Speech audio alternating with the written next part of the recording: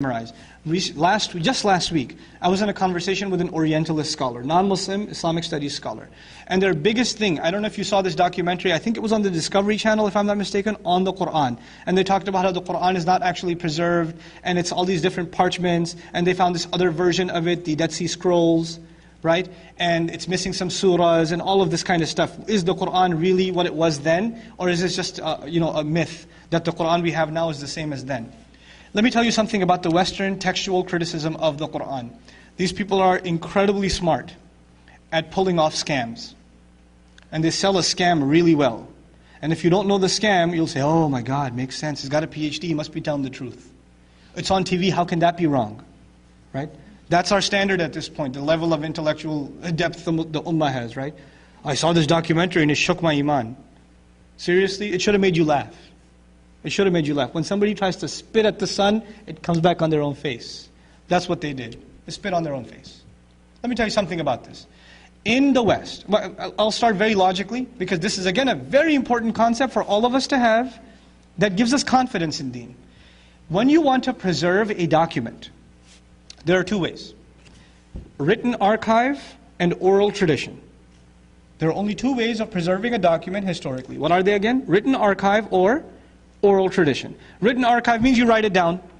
Oral tradition means you memorize it and make somebody else memorize it and make somebody else memorize it, and that's how it's passed down. Okay. According to Western standards and logical standards, which of these is a safer, do you know? Written archive. Written archive is safer. Why is it safer? Even though both have criticisms. If I start at that corner, I say to one brother, brother, I'm going to whisper something in your ear. I want you to whisper it to the next person. I whisper in his ear, Ahmed punched Kareem. Okay? Ahmed punched Kareem in the stomach. That's all I told him. Ahmed punched Kareem in the stomach.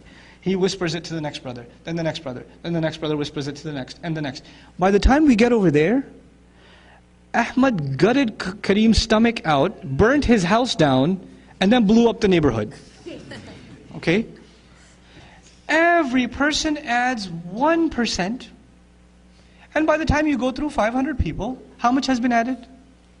500%. This is an error of oral communication. It's a problem of oral communication. Okay? Even if you change one word, and the next changes just one word, those one words can add up. They can add up. So the argument in Western criticism is an oral tradition goes through lots of changes. Logical, very logical. Okay, let's keep that in the back of your mind. Now come to written tradition. They didn't have Xerox back then. They didn't have scanners back then either. So if you have a book, and you wrote it out, the only way to duplicate it is what? Write another one. If you are, and is it handwritten or machine written? Handwritten. And in handwritten archives, is it possible you made a mistake? It's possible. And then this book has one mistake, and then this book with one mistake went, and it got duplicated. Is it possible another mistake will happen?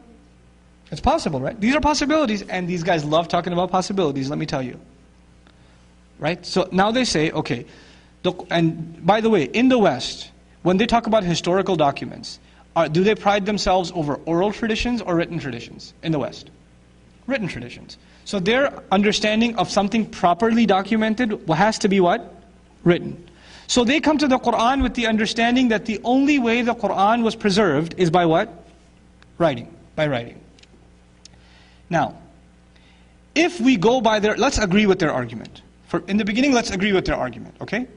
If we go by their argument, if the Quran was memorized, and then person A helped person B memorize, but person B memorized it a little bit differently, and then they went and taught person C, and they memorized also a little bit differently, over time, would you have less variation, or would you have more variation?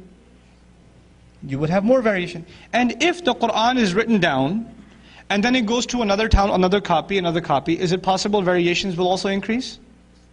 This is a historical fact. If you're going to, especially not even stay in the same town, they're not even on the same continent. And there's no one-way flights back then either. So you're months and months and months apart.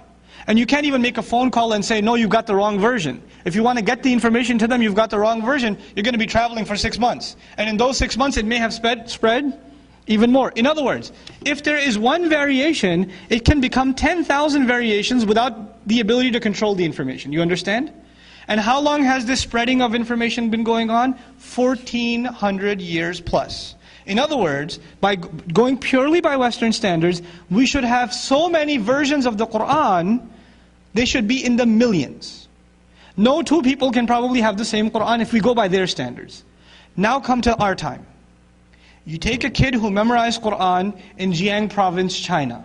And then you take a kid who memorized Quran in Somalia. And you take a kid who memorized Quran at IQA. And they're hanging out together one day. And one is reciting Baqarah. And one speaks Chinese, one speaks Somali, right? One speaks English. They can't talk to each other, but one's reciting Baqarah. Can the other one correct him? They can. The fact that the Quran was primarily preserved by making it easy to remember. There is no document in human history that was predominantly protected by memorization. Memorization is a way to create variation, but in the Quran's case, memorization became a means to create unity and the lack of variation. What is usually associated with too much variation now became no variation at all, and their only answer to that is there must be some conspiracy by which they stopped all these other versions from coming out. Can you help me? Has there been any other conspiracy where there's no leaks? Millions of people from different civilizations memorizing the same exact thing. And Allah saying miraculously, وَلَقَدْ يَسَّرْنَا الْقُرْآنَ لِلذِّكْرِ. We no doubt made the Qur'an easy for remembrance, and for dhikr includes memorization. Allah made it miraculously easy for memorization. Tell me any other document that has this kind of preservation. And if they say, we don't know if the Qur'an's preservation is intact, let's put it to the test. Let's make a giant vault, put all the copies of Qur'an in there, get rid of them. How long before in Richardson we come up with a new copy of Qur'an? Through our hufad, in this zip code. We don't even have to go to the next zip code. You can cut off our internet access and phone lines too. And how long before they come up with another Bible? Think about even another copy of the United States Constitution. Let's just do that. That's not even thousands of years old. That's a couple of hundred years old. Let's just take it away and let's see if they can come up with it. Word for word. Let's see how long that takes them and how long it takes us to come with Quran again. Allah says He preserved it. Inna nahnu nazzalna dhikra. He preserved it in a way, even if you try to corrupt it. There were attempts to make surah, they publish copies of Quran, it's called Furqan, I think it's called, that's missing some surahs. They say it's the politically incorrect surahs are taken out. And the Muslims are so, how dare they? Don't you have to worry, it's okay. What are they going to do? What they couldn't do for the last 1400 years, when Allah said He protected His word, you think these jokers are going to sell 2 books at Amazon.com and compete with Quran? Are you kidding me? There's nothing to worry about. Because we're not responsible for guarding this book. Inna nahnu nazzalna dhikra wa inna lahu lahafidhun. It is only we who are taking responsibility of guarding this book. This is Allah's responsibility. And He made it in a way that the only way to get rid of Quran is to wipe out the entire population of Muslims from the face of the earth simultaneously. That's the only way. Get rid of 1/5, 1/4 of the world's population. That's the only way left to get rid of Quran. In other words, over time, documents become less viable, less valid, and this is the only text that only becomes more valid. You know the biblical studies? In biblical studies, did you know that in most Bible scholars that are doing PhDs from universities here, Bible scholars, they no longer believe that the Bible is historically accurate. They don't believe it. Read the talks by Professor Gerald Dirks or listen to his interview on Brother Eddie's show, thedeenshow.com. Listen to it. He's got a master's degree in divinity. This is a gift of Allah to the messenger. You couldn't get rid of this message if you tried.